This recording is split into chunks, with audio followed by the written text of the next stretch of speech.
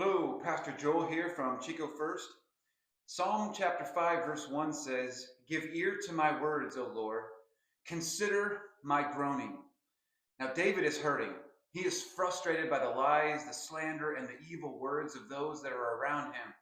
And their words are destructive, manipulative, and harmful. Yet instead of taking matters into his own hands, David takes his pain to God first.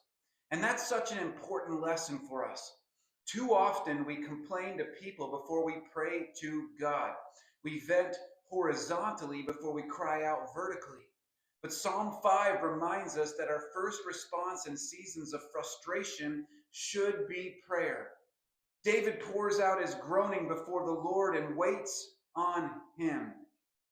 And as he prays, he reminds himself of who God is. God is holy.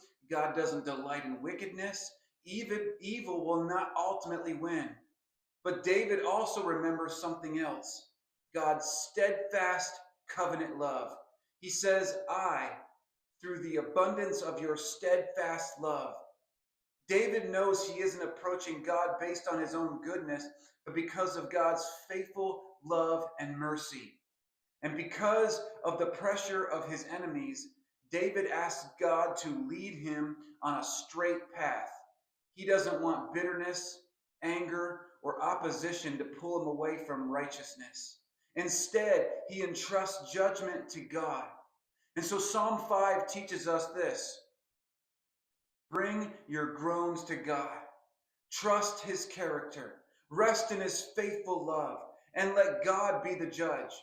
And as those who take refuge in him, rejoice under his protection.